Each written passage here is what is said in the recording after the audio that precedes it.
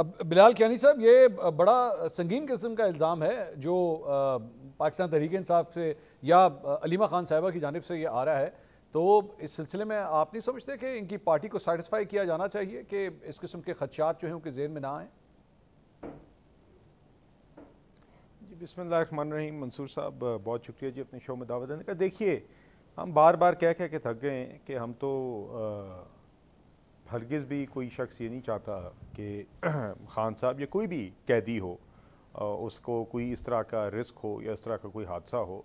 और हम तो वो हरकतें नहीं करते जेल के अंदर जो उन्होंने की थी कि हमारे कायदीन और सीनियर पार्टी मेंबर्स जब खान साहब शौक़ ही अपना एक थाने के SHO होने का पूरा कर रहे थे, वजारत उज़्मा पे मुसल्लत होने के बाद नैब चेयरमैन होने का शौक़ पूरा कर रहे थे, तो वो तो पूरा दिन नज़र ही इस चीज़ पे रखते थे कि PMLN के किस लीडर को दवाई नहीं आज मिली, क्यों ना मिले, ना खाना मिले, किसी को मैट्रेस ना मिले, किसी को नमाज़ पढ़ने के लिए कुर्सी ना मिले। तो ये तो शौक़ खान साहब ने पूरा किया। हम ऐसा शौक़ नहीं रखते और ख़ान साहब अल्हम्दुलिल्लाह काफ़ी कंफर्टेबल हैं जेल के अंदर। ये बात मीडिया भी और जगहों पे रिपोर्ट हो चुकी है।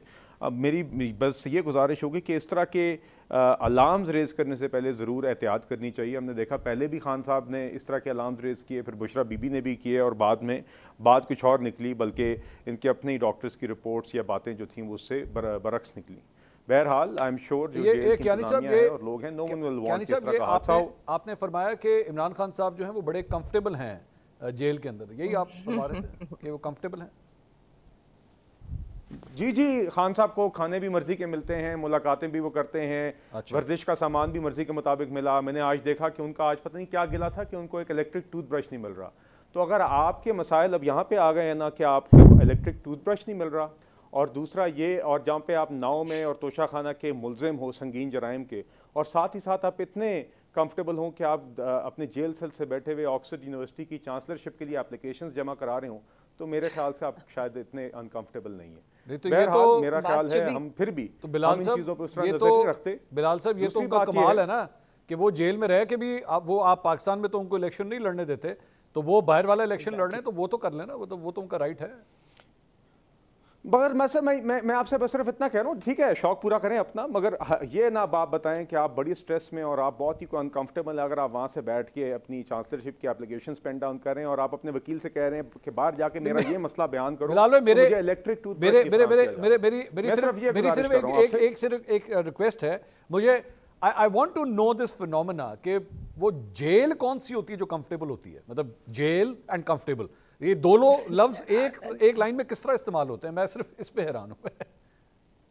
देखिए, जब आपको ट्रेडमिल और वर्जिश का सामान में असर हो, आपको मर्जी के खाने, आपके मर्जी का मेन्यू, पत्नी मुर्गियां और पत्नी क्या क्या चीजें, आपको 6-10 कैदियों के बराबर की जगह मिली हो और आप मुजरिम हो 9 मई के, ठीक है, आप मुजरिम हो उस दिन के जिस दिन आपने इतराफ़ किया कि आपने कॉल दी और पूरे पाकिस्तान के अंदर आपकी जमात के लोगों और आपके लीडर्स ने आके दुपट्टे पहन के, आपके झंडे पहन के, आपके नाम पर आके पूरे मुल्क में जगह जगह आग लगाई, GH के ऊपर हमला किया, MM आलम के जहाज के मॉडल को आग लगाई, कैप्टन कर्नल शेर खान के मुजस्मे तोड़े, एनार्की की पूरे मुल्क के अंदर, और आप उस दिन आके बाहर अब आप बैठ के ये कहें कि मुझे इलेक्ट्रिक टूथब्रश नहीं मिल रहा, और इस बेहिसी और बेशर्मी के साथ अगर आप मीडिया के साथ जेल से बात करें तो बिल्कुल मेरा ख्याल है आप इतने अनकंफर्टेबल नहीं हैं जेल में जितना शायद आपको होना चाहिए। ओके, मेहरबान साहिबा, जल्दी क्विक कमेंट, आप कुछ कहना चाह रही, फिर मैंने मुनीब साहब के पास जाना। जी कोई। मैं बिल्कुल कहना चाह रही हूँ कि बिलाल मेरे भाई हैं, अल्लाह ना करे कि वो कभी जेल जाएं, पर अगर कभी गए तो मैं दुआ करती हूँ कि उनको भी इसी तरह के कंफर्ट्स मिले कि वो 7 बाय 8 फुट के कमरे में बंद हो,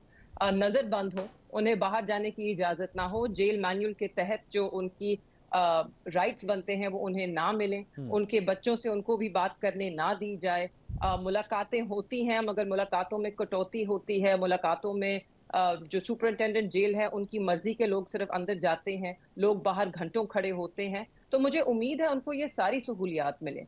और इनको ये ऑक्सफोर्ड यूनिवर्सिटी वाली बात बड़ी चुभी, चाहे बंदा कंफर्टेबल हो या ना कंफर्टेबल हो, आप उसका ऑक्सफोर्ड यूनिवर्सिटी के चांसलर बनने से कोई गर्ज नहीं। वो तो आप देखिए कि पाकिस्तान वो मुल्क है जिसने कहा कि ये बंदा पाकिस्तान में इलेक्शन नहीं लड़ सकता, बट दुनिया की मानी जानी और सबसे प्रेस्टिजियस यूनिवर्सिटी कि वो इलेक्शन में लड़ सकते हैं। They think he is good enough, they think he is innocent enough, क्योंकि किसी अदालत ने अभी तक उन्हें मुजरिम साबित नहीं किया है। और बिलाल साहब शायद भूल रहे हैं ये एक जस्टिस का नियम innocent until proven guilty. Okay okay